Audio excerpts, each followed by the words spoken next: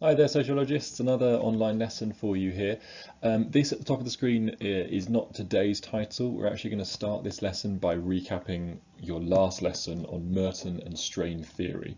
So try to resist the urge of writing a title just yet. The title for this lesson is going to come up in a couple of slides' time. To start with, though, I would like you, without using your notes, to try and name the 5 responses to society's acceptable goals and acceptable means of achieving those goals. So remember, for Merton, in society, in capitalist society, the acceptable goal and what is seen as success is achieving high status, high wealth, high income. The acceptable way of getting that status or that success is by working hard and working your way up the career ladder. Now, Merton argued that in capitalist society, there are 5 responses to these goals and means of getting there, some of which are legitimate, some of which are deviant. Can you remember what the 5 names are? And can you remember how many of those 5 involve deviant actions? And which of those 5 involve rejecting both the goals and the means? Have a little think, pause the video, give it a go, and I'll go over the answers in a second. Okay, so here are the answers to the recap task. The 5 responses that Merton wrote about are conformity, innovation, ritualism, retreatism, and rebellion. Are they coming back to you now? Is it being a little bit clearer? I hope so. Conformity. That's the idea of when somebody accepts both the goals and the means, they work hard, they get a good job, they work up the ladder, and they get the success. Ritualism, just beneath it, is accepting the means, but rejecting or forgetting about the goals. Somebody who's been in the dead-end job for 30, 40 years, never got promotion, working the same job every single day. They're doing all the right stuff, but they've forgotten why. They've forgotten to get that status, get that money, get that wealth. You've got innovation on the top right, which is an acceptance of the goal, i.e. wanting to get rich, but rejecting the legitimate means. Innovation is organized crime. You play GTA, innovation. You watch Top Boy, innovation. You watch Breaking Bad, innovation. Innovation is anyone who chooses a life of crime because they think that that life will materially benefit them. People who get rich through criminal means, fraud, bank robbery, selling designer goods, fake designer goods on the beach, whatever it might be. People who get rich through crime are innovators. You've then got a complete rejection of both the goal and the means in 2 forms. The first form is retreatism, when people reject the goal because they think they can't achieve it, but also reject the means, so they basically just give up trying. These are people who give up on society, who give up on life, who become dependent on drugs and alcohol and just are basically social dropouts. They give up trying to get rich, they give up thinking they can ever have any success, and they just waste away their day, waste away their life, dependent on drugs and alcohol. And then you've got the next group who also reject the means and the goals, but they don't just reject them, they replace them with new goals and new means. And this is rebellion. These are people who reject society's goals and reject society's means and then create their own instead, such as extreme groups, political groups, religious extremism, anyone who says that actually the goal in society is not getting rich, having high status, etc., but it actually is causing mass destruction or causing mass change or causing anarchy.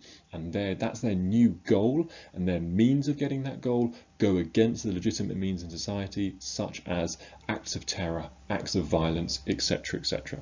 Okay, so rebellion groups reject the goals and the means but replace them with new ones, and that's the difference between those who rebel and those who retreat. They're your 5 responses.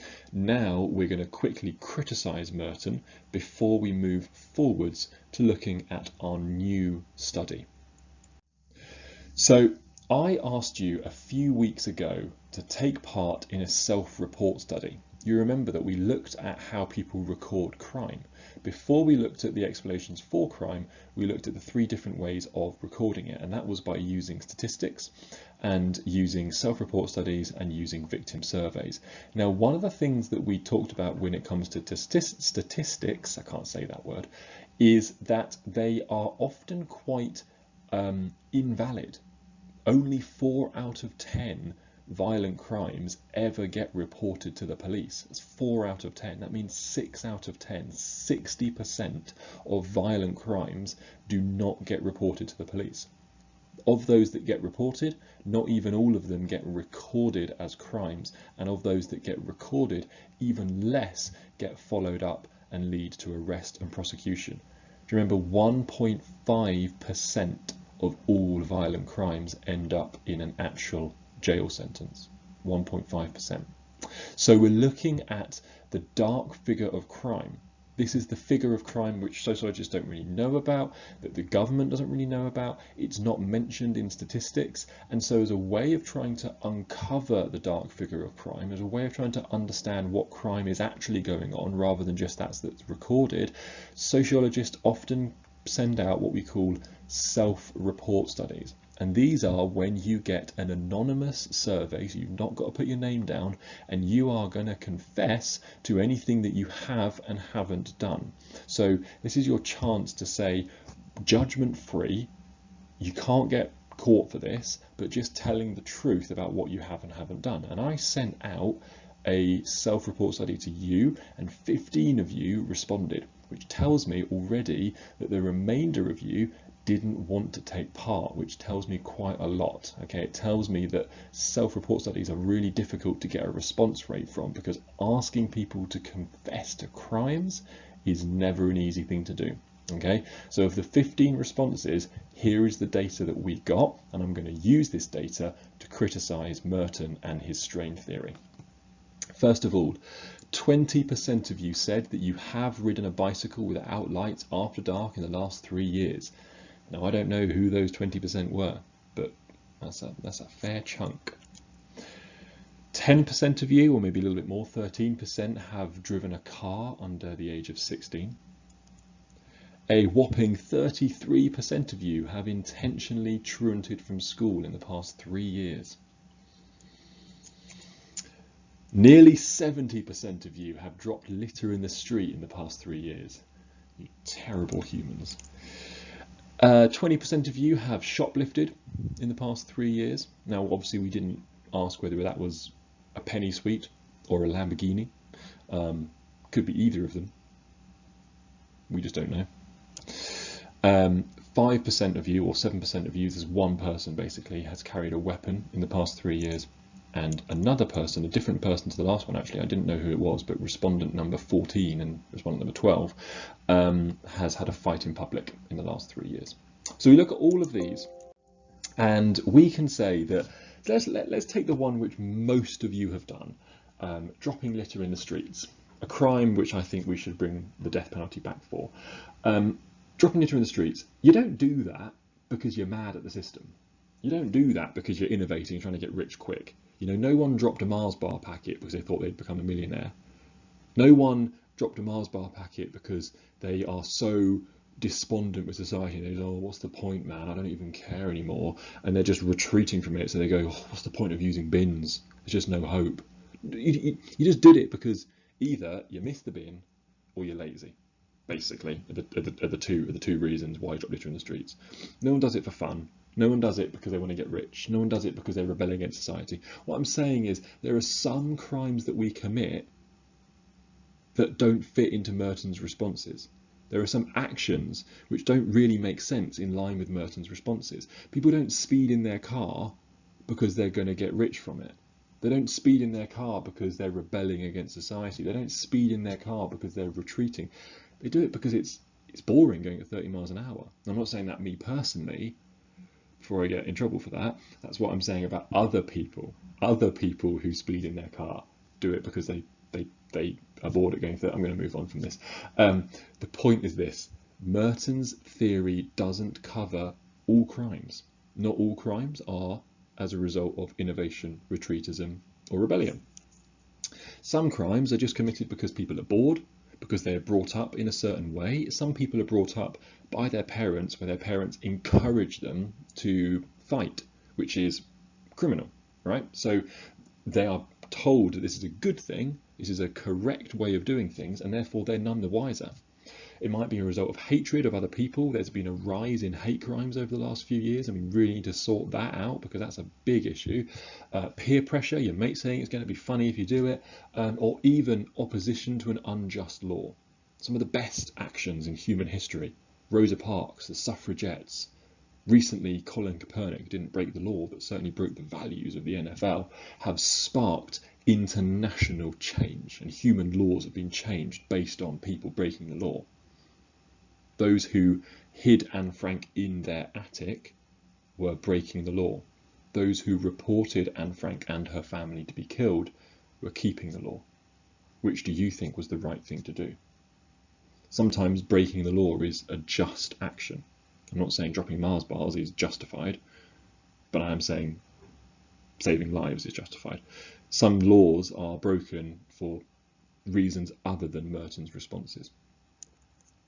Marxists would argue, and just before I make this point, it's really important when you realise that Merton is a functionalist. Okay, when you are criticising a functionalist, use Marxism, use feminism. And when you're criticising Marxism, use functionalism and feminism and so on and so forth. Okay, use all of your social theories against each other. All right, I want you to think about your 101 knowledge of Marxism. Marxists believe, in a nutshell, that society is set up to benefit the rich. The rich we call the bourgeoisie, and the bourgeoisie own the means of production. These means of production is where the proletariat go to work. The proletariat work in the means of production and they earn from the bourgeoisie a wage. This wage is a very small amount, a very small fraction of the overall production that they have created. The bourgeoisie take a big share as profit and give the proletariat a small share in wages. The proletariat are unaware of just how much the bourgeoisie have taken as profit, so they think their wages are a pretty good deal and they go home and come back the next day and carry on working. All the while they're being exploited. It is a system and a relationship built on exploitation, buying and selling labour. Now, Marxists would argue that the proletariat are never going to be able to conform. They're never going to be able to get rich, achieve status, achieve that goal in society. So they will forever be either stuck in ritualism, working day in, day out, but never achieving anything from it, or they will have to resort to innovation, rebellion, or retreatism. So Marxists would argue that Merton is wrong. People cannot and do not conform. That is only an option available for the super rich. The rest of us can't even try. Other people would argue the following. Merton bases his theory on value consensus. This is a big functionalist idea. Yeah, value consensus is huge for functionalists. The idea that all of us are brought up and continue to be socialized with the same values. You and I believe the same things about the world because that's how we're brought up. We learn the same things in history in school. We learn the same things in English and science and RE and so on and so forth. And we're united with the same knowledge and the same values.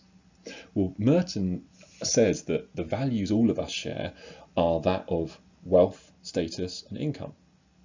I would argue, for me personally, I'd rather be healthy than wealthy. I would rather be happy than work a high-paying job. I'd rather have a loving family than a really, really successful career.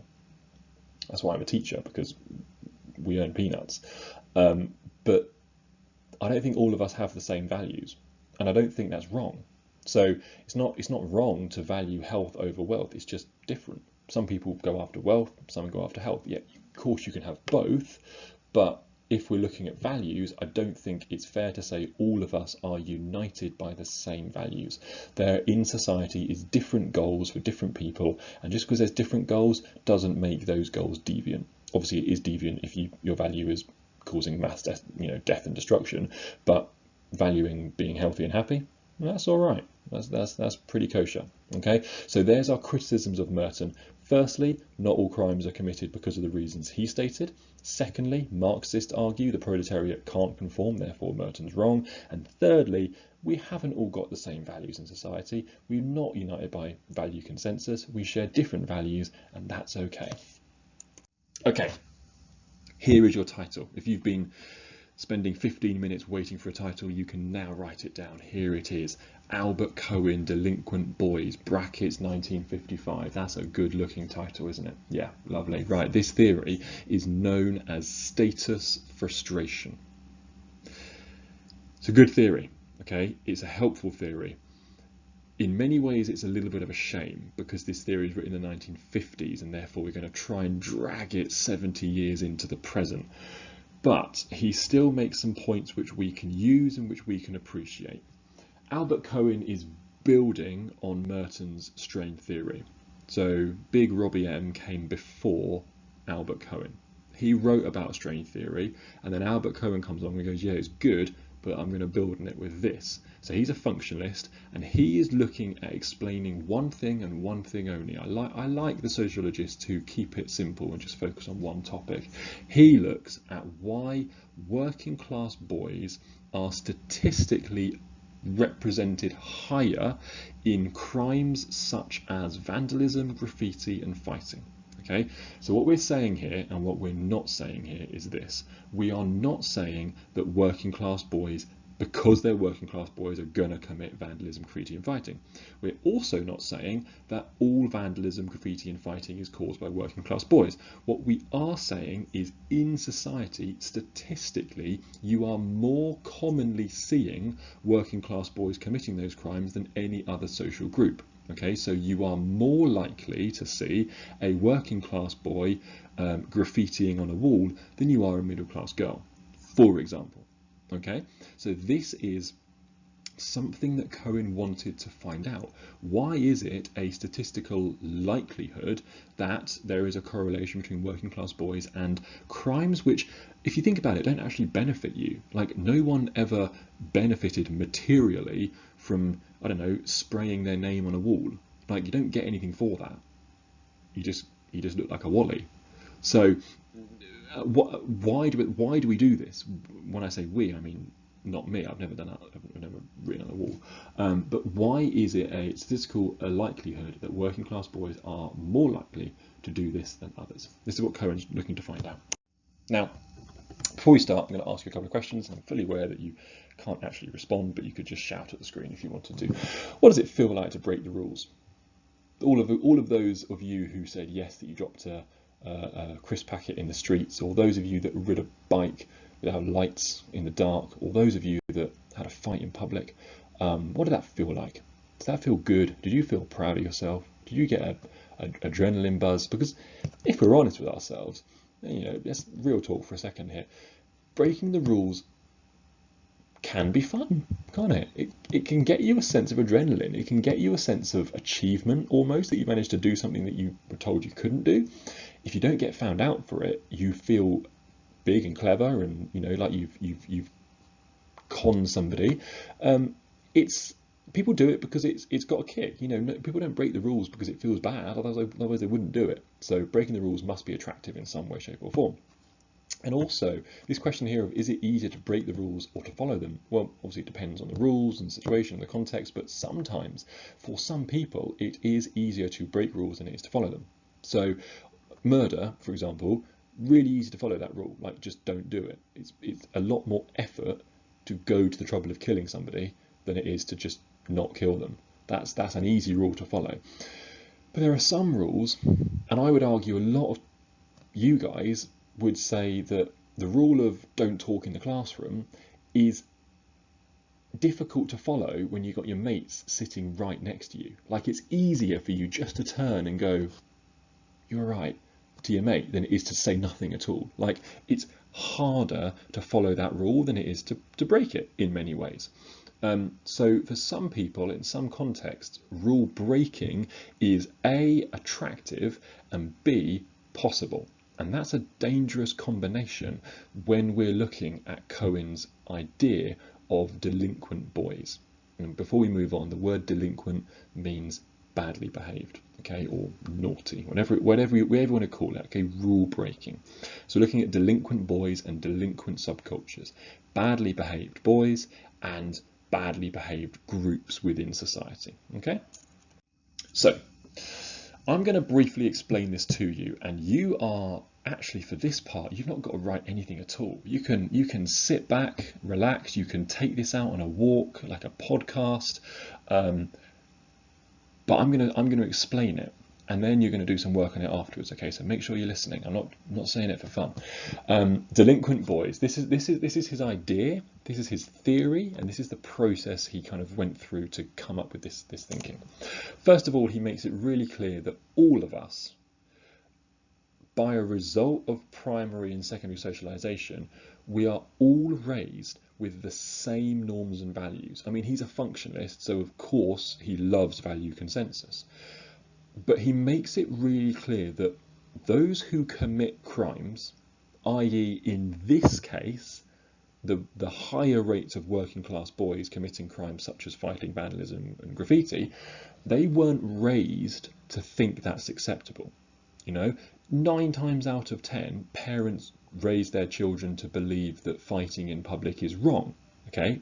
There are occasional anomalies, but most of us are brought up with the same norms and values. Be kind to people, don't hit them, don't bite them, don't kick them, share your toys, etc, etc, etc, okay? They're all the things that we're all brought up with. So all of us have those values instilled in us. So something must happen along the way for certain groups of people to decide that those values are no longer worth living by.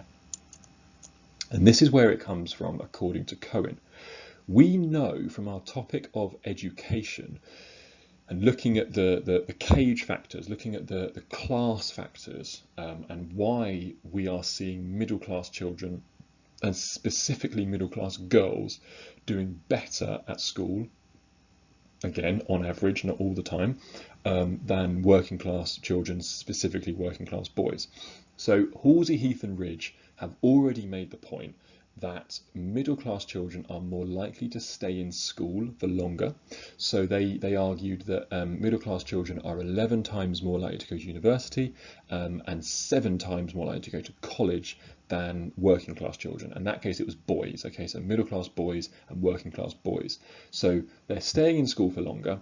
And when they're in school, a lot of sociologists have argued that middle class children are going to find school easier than working class children. So we're not saying here that because you're middle class you're going to achieve in school, and because you're working class you're not going to achieve in school. What we're saying is that the school system is set up that it benefits the middle class over the working class. So if a working class child is going to achieve at school, it's going to be harder for them to do that than it is for a middle class child. Not impossible, just more difficult.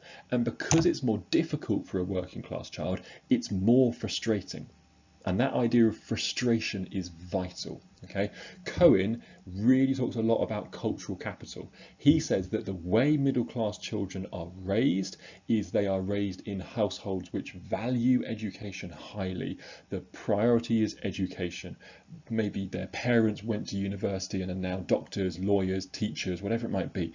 Education is an absolute priority, whereas working class children might not have that same cultural capital, might not have that same understanding of wider cultural poetry, literature, Jane Austen, William Shakespeare, etc., etc., might not have the same value at home of education that middle class children do. So because of that, we are seeing rates of working class children, and particularly boys, underperforming in comparison to their middle class peers.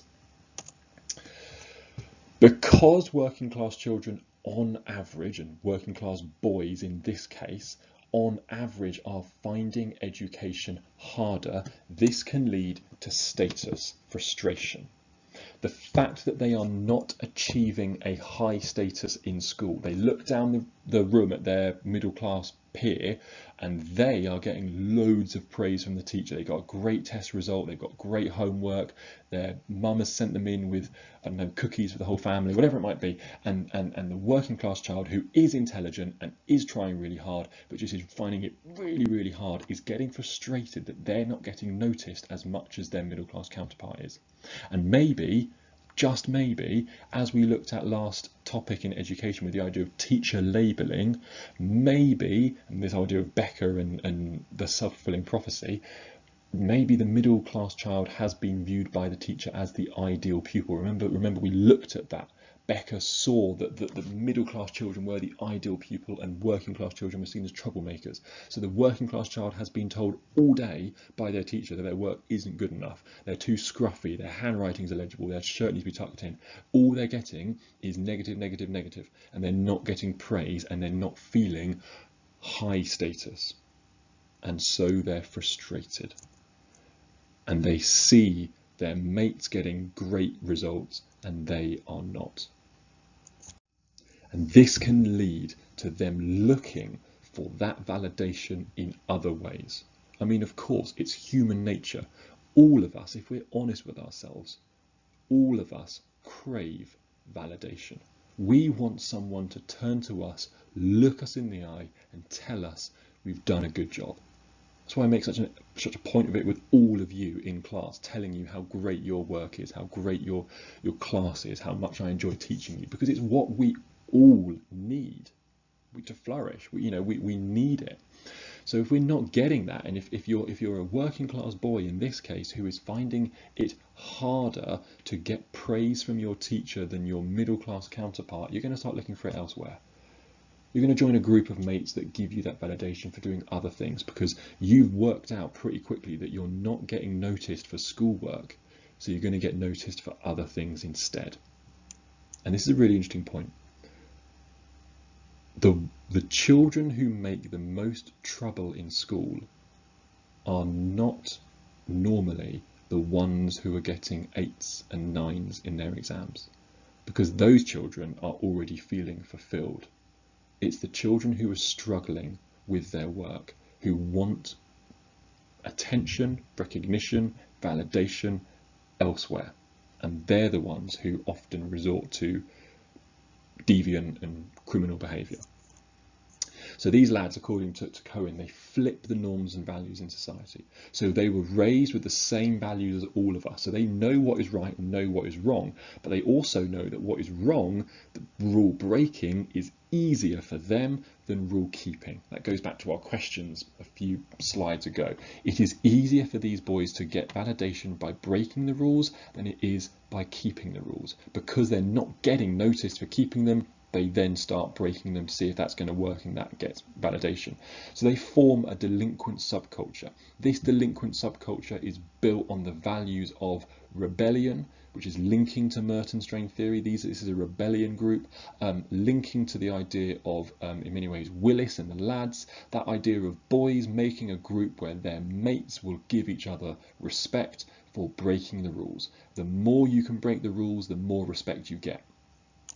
And these examples in school include truancy, smoking, graffiti, vandalism, fighting, and that it just extends up into adult life. You see these guys going abroad in football tournaments like the Euros and the World Cup, and I'm going to sound like an old man here, but you see them parading around the cities of Prague or Amsterdam, and it was probably a really nice day, and then these guys turned up and they started drinking at 10 in the morning, and they've thrown a trolley in the canal, and they've all got their shirts off, and they've all got their beer bellies out, and they're all singing awful songs about German people, and it just gets really nasty and really unpleasant. And this is a classic example of delinquent boys, because you don't see many middle-class women called Susan on those football holidays, do you? Really? Like, they're mainly working-class men. It's typically, not always, but typically the case. Okay, and that's an extension of this delinquent boys seeking validation. Your mate saying, it would be really funny if you threw that trolley in the canal. I mean, that's a criminal act. You just can't throw trolleys in canals, people. All right, you just can't do it. But your mate said it would be funny, and so you do it, and they all cheer, and you feel like top dog. Yeah, you're getting status. You're frustrated that you weren't getting status by following the rules, so you break the rules so that you can get a sense of status. Okay, so here we've got the piece of work that you're going to do for me today. This is on Show My Homework, and it looks exactly like this. I've just screen grabbed the page and put it up on the screen for you. We've done these before, okay? This is what we do whenever we come across a new social theory. We've got in the middle the article or the chunk of writing, and this one I'm going to give big ups to Tutor to you, because they have written this this piece of revision notes out, and I've just modified it and made it a little bit, you know, Bowdery-fied. You're going to read the whole article, read the whole chunk of text first once, okay? Read the whole thing once, then go back and reread it one paragraph at a time. For step 3, left-hand column, you write 2 questions that can be answered by the paragraph. Done this before, you know how it works. You then highlight, step 4, the answers in the paragraph. Step 5, you summarize the paragraph in 3 to 5 words, or by using some kind of icon or picture.